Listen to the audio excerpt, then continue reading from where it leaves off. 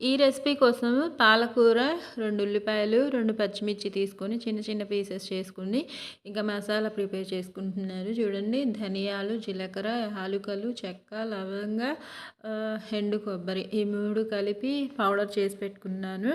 ఇంకది మటన్ని ముందే ఉడికించి పెట్టుకున్నాను.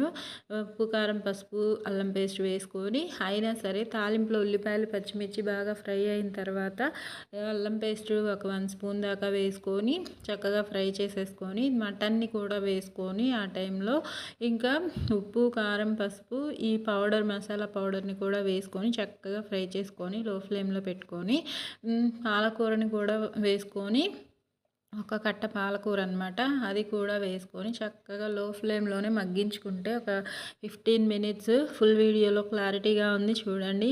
పాలకూర మటన్ ఫ్రై అయితే సూపర్గా రెడీ అయిపోయినట్టే. ఓకేనా? Bye friends, take care, thank you for